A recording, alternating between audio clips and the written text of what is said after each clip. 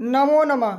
आप सभी का स्वागत है मेरे यूट्यूब चैनल संस्कृत पढ़ लो में। एक बार फिर से मैं आपके बीच प्रस्तुत हूँ एक नए वीडियो में। आज की इस वीडियो में हम देखेंगे BA Sanskrit honours third semester syllabus और बुक। आप अगर थर्ड सेमेस्टर के छात्र हैं तो आप ज़रूर सोच रहे होंगे कि हमारा सिलेबस क्या है, बुक क्या है। हमने सेकेंड सेमेस्टर का एग्ज़ाम दे दिया है तो हम किस तरह से अपने सिलेबस को जान पाएँ कि थर्ड सेमेस्टर की परीक्षा में अच्छा कर पाएँ, क्योंकि ये ऐसा सब्जेक्ट है जिसे पढ़ाया नहीं जाता है। पढ़ाने वाले बहुत कम ही प्रोफेसर मिलते हैं या बहुत कम ही कॉलेज मिलता है।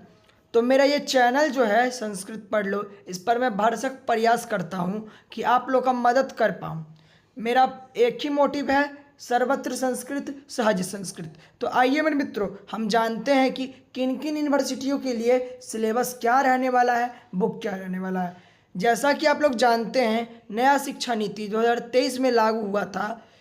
उसके बाद बिहार में जितने भी यूनिवर्सिटी हैं सभी यूनिवर्सिटी के लिए सिलेबस सामान्य हो गया है। जैसे Pataliputra university, Purnia university, Vaishali university, Magadh university, Patna university और तमाम जितने भी यूनिवर्सिटी हैं जिनका मैंने नाम नहीं लिया, छोटे बड़े यूनिवर्सिटी जो बिहार में अभी भी है जिसमें आप पढ़ रहे हैं, तो उनका जो सिलेबस है पूरी तरह से बदलाव के साथ सेम हो गया है। ये वीडियो बस एक यूनिवर्सिटी के लिए नहीं है, ये वीडियो सभी यूनिवर्सिटी के लिए। तो आइए हम वीडियो को शुरू करते हैं। पहले ही मैं बतला देना चाहता हूँ कि इस वीडियो में मैं सिलेबस और बुक के बारे में इन डिटेल बतलाऊँगा। इसी कारण यह वीडियो लंबा हो जाए तो आप लोग घबराइएगा नहीं।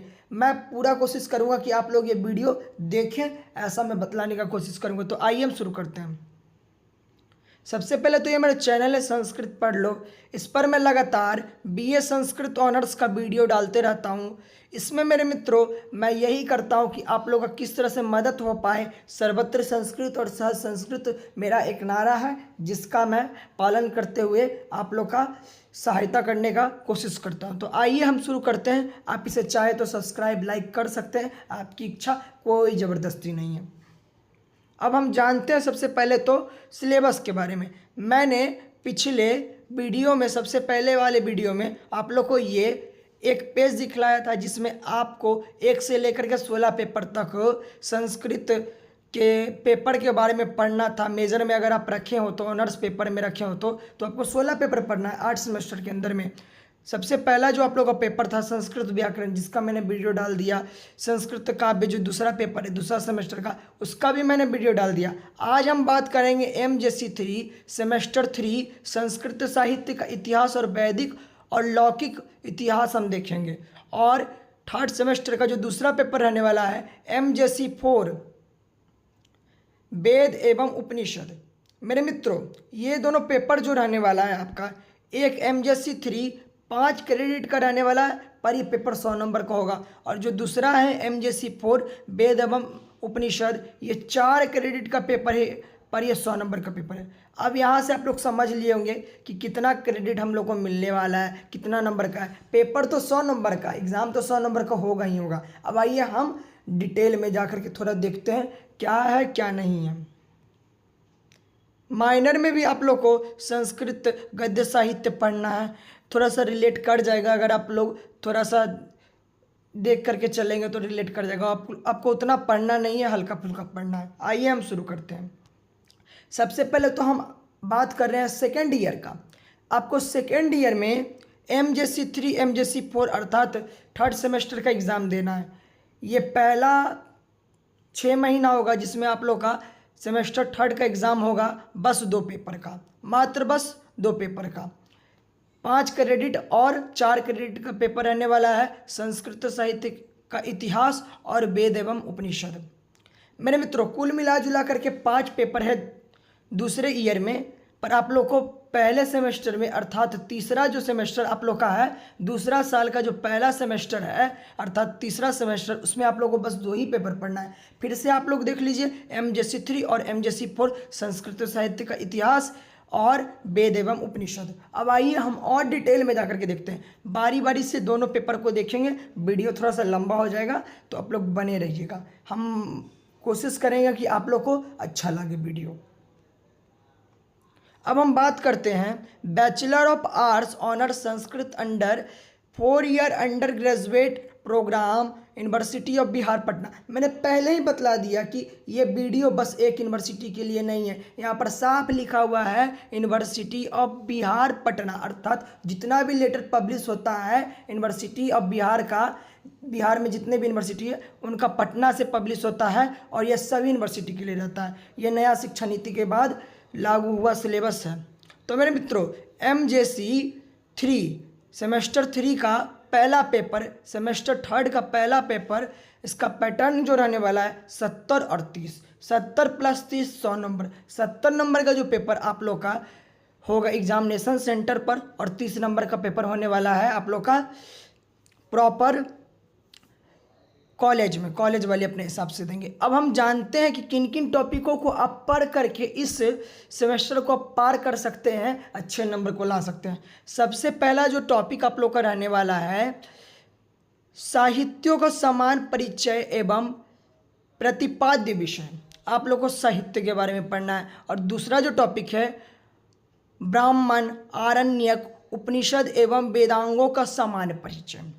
तीसरा जो टॉपिक है रामायण, महाभारत एवं पुराणों का सामान्य परिचय। महाकाव्य, रूपक एवं गीति काव्य का समान परिचय, ये चौथा टॉपिक है। और पांचवा जो टॉपिक है गद्य काव्य, कथा, साहित्य का एवं चंपू काव्य का समान परिचय। यहाँ पर आप लोग को कोई भी ऐसा टॉपिक नहीं दिया जा रहा है जो आप लोग ने नहीं पहले पढ़ा होगा। हिंदी में भी पढ़ा होगा, संस्कृत में भी पढ़ा होगा। आप लोग अगर 12th में संस्कृत लिए हों तो आप लोग ने ज़रूर पढ़ा होगा, अगर CUT का एग्ज़ाम दिया तब भी पढ़ा होगा। तो आइए अब हम बात करते हैं किस तरह से आप लोग को मार्क्स मिलने वाला है, कितना नंबर का एग्ज़ाम होने वाला है, क्या पैटर्न रहने वाला है।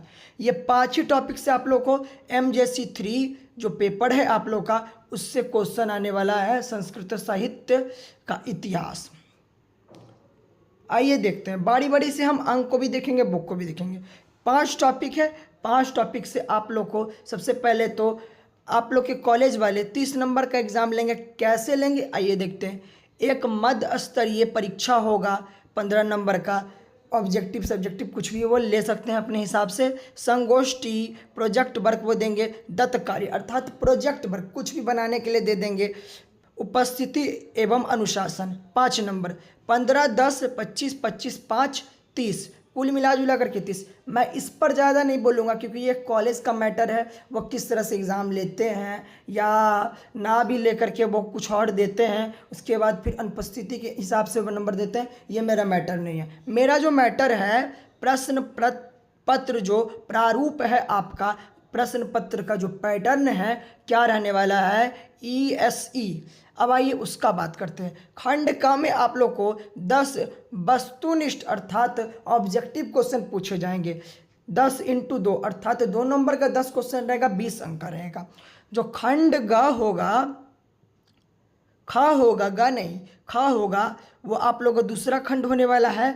इसमें आप लोग को लघु उत्तरीय प्रश्न 6 प्रदत्त रहेंगे, उसमें से कोई भी आप 4 बना दीजिए, आप लोग को 20 नंबर मिल जाएगा। 4 × 5 अर्थात एक क्वेश्चन में आप लोग को 5 नंबर मिलेगा। तो आप लोग को 1 से 1.5 पेज लिखना रहेगा, उससे ज़्यादा नहीं। आप लोग 1 पेज भी लिख देंगे तो हो जाएगा। इस खंड में आप लोग को टिप्पणी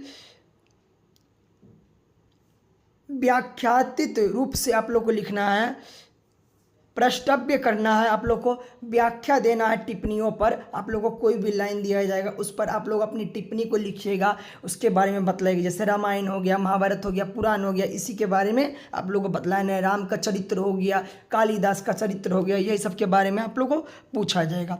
अब जो तीसरा जो है सबसे महत्वपूर्ण, जो सबसे ज़्यादा अंक आप लोग को प्रदान करवाने वाला है खंड ग।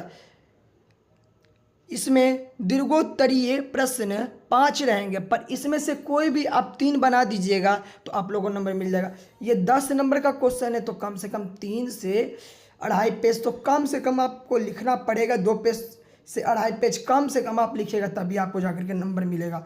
3 × 10 अर्थात एक क्वेश्चन 10 नंबर का रहेगा, कम से कम 3 से 2.5 पेज लिखिएगा। अब 20, 20, 40, 40 और 30 70, कुल मिला जुला करके 70 नंबर मिलेगा। थोड़ा जल्दी जल्दी बढ़ेंगे क्योंकि लंबा हो जाएगा वीडियो। अब आइए हम बुक के बारे में देखते हैं। जो बुक इंपॉर्टेंट रहेगा मैं बोल दूंगा, बस वही लीजिएगा, और मैं ये भी बतला दूंगा कि कहाँ से मिलेगा। इसका मैं स्पेशल वीडियो लाऊंगा बुक का। आइए देखते हैं। अब 5 टॉपिक है MJC3 संस्कृत साहित्य, तो इसमें हमको कौन कौन से बुक पढ़ने हैं वो भी देख लेते हैं। कुल मिला जुला करके यूनिवर्सिटी ऑफ बिहार ने 10 बुक को उपलब्ध करवाया बुक सेंटर और ऑनलाइन में, कि आप लोग खरीद करके अच्छी तरह से पढ़ पाएँ। पहला जो आप लोग का बुक रहने वाला है वैदिक साहित्य और संस्कृति, इसका कुल मिला जुला करके 4 बुक है, और संस्कृत साहित्य का इतिहास इसका 5 बुक है। मेरे मित्रों, कुल मिला जुला करके एक अंग्रेजी का बुक है जिसको आप लोग को लेना नहीं है, क्योंकि आप लोग को अंग्रेजी समझ में नहीं आएगा। अब इसमें से अगर आप 2 बुक भी रखते हैं तो आपका काम हो जाएगा, 1 बुक भी रखते हैं तब भी काम हो जाएगा। मैं इसलिए बोल रहा हूँ क्योंकि मैंने उतना रिसर्च किया है इस मैटर पर। आइए अब हम देखते हैं बुक को, जल्दी जल्दी थोड़ा देखेंगे। वैदिक साहित्य का इतिहास, ये जो बुक है आपका, ये आचार्य बलदेव उपाध्याय जी के द्वारा रचित है। ये मात्र बस 35 रुपये का बुक है, बहुत ही सस्ता बुक है। आप चाहे तो इसे ले सकते हैं। थोड़ा पुराना है, मिले या ना मिले, पर फ्लिपकार्ट पर जाकर के देखिएगा, अमेजोन पे जाकर के देखिएगा, ऑनलाइन मिल जाएगा, ऑफलाइन भी पटना के अंदर में मिल जाएगा। मेरे मित्रों, जो आप लोगों का दूसरा बुक है वैदिक साहित्य का इतिहास, फिर से आ गया, 280 रुपये का ये बुक है। आप इसे भी ले सकते हैं ऑनलाइन ऑफलाइन। ये लिखा गया है पारसनाथ द्विवेदी जी के द्वारा। फिर जो तीसरा बुक है संस्कृत साहित्य का आलोचनात्मक इतिहास, 395 रुपया, आप इसे भी ले सकते हैं। उसके बाद ये लिखा गया किनके द्वारा, तो डॉक्टर राम विलास चौधरी जी के द्वारा लिखा गया है। अब इस बुक को आप जरूर देख लीजिए, इसको बसा लीजिए अपने चित्त में, अपने आँखों में, आपको यही लेना है मेरे हिसाब से। संस्कृत साहित्य का इतिहास, डॉक्टर उमाशंकर ऋषि, एक बार फिर से बोल देता हूँ, संस्कृत साहित्य का इतिहास डॉक्टर उमाशंकर ऋषि, 319 रुपये का ये बुक है। इसके अलावा आप कोई भी बुक मत लीजिए इन 10 में से, मैं गारंटी देता हूँ। जो टॉपिक छूटेगा मैं इस चैनल पर करवा दूंगा। इस बुक को आप पढ़ करके 3rd सेमेस्टर का पहला पेपर आप दे सकते हैं। अब इसके अलावा आप कोई भी बुक मत लीजिए, बस मात्र 319 रुपये, इतना सस्ता बुक है, कुछ कहने लायक नहीं। अब आगे बढ़ते हैं, मैं सब बतलाऊंगा। ये अंग्रेजी, अगर आप अंग्रेजी पढ़ने वाले स्टूडेंट हैं, आप संस्कृत ले लिए तो आप इसको पढ़ के भी अपना एग्ज़ाम दे सकते हैं। हिस्ट्री ऑफ इंडियन लिटरेचर, ये 695 रुपये का बुक है, बहुत महंगा भी, आप इसे मत ले तो ज़्यादा बढ़िया होगा। अब आइए आगे बढ़ते हैं। संस्कृत साहित्य का इतिहास का समोच्चात्मक इतिहास, मेरे मित्रों, संस्कृत साहित्य का समोच्चात्मक इतिहास, ये 289 रुपये का बुक है। आप इसे ना ले तो ज़्यादा बढ़िया, अगर चाहे तो आप इसे रख सकते हैं। ये लिखा गया डॉक्टर कपिल देव द्विवेदी जी के द्वारा। ये बुक बहुत बढ़िया है, आप इसे चाहे तो परचेज कर सकते हैं, पर मैंने बोल दिया उमाशंकर ऋषि जी के द्वारा जो लिखा गया बुक है उससे आप परचेज कर लीजिए, उसके अलावा कुछ मत लीजिए आप। अब संस्कृत साहित्य का इतिहास, आलोचनात्मक इतिहास आप लोग को पढ़ना है। ये 400 रुपये का बुक है। रामजी उपाध्याय, डॉक्टर रामजी उपाध्याय, प्रोफेसर भी आप इनको बोल सकते हैं। आगे बढ़िए। वैदिक साहित्य का इतिहास, 450 रुपये का बुक, आप इसे भी लेकर के वैदिक साहित्य आप पढ़ना चाहते हो तो पढ़ सकते हैं इसे लेकर के, नहीं तो मैं इस चैनल पे करवाऊंगा ही करवाऊंगा। उसके बाद आप लोग को संस्कृत साहित्य इतिहास, ये आचार्य रामचंद्र मिश्र जी के द्वारा रचित है। ये 120 रुपये का बुक है। आप संस्कृत साहित्य पढ़ना चाहते हैं तो इसको भी आप ले सकते हैं। अब बस एक बुक ले लीजिए, फिर से देख लीजिए, मैं दिखला देता हूँ एक बार फिर से। सेमेस्टर 3rd का पहला पेपर के लिए ये बुक के अलावा कोई बुक आपको और नहीं खरीदना है। संस्कृत साहित्य का इतिहास, 319 रुपये का बुक है। डॉक्टर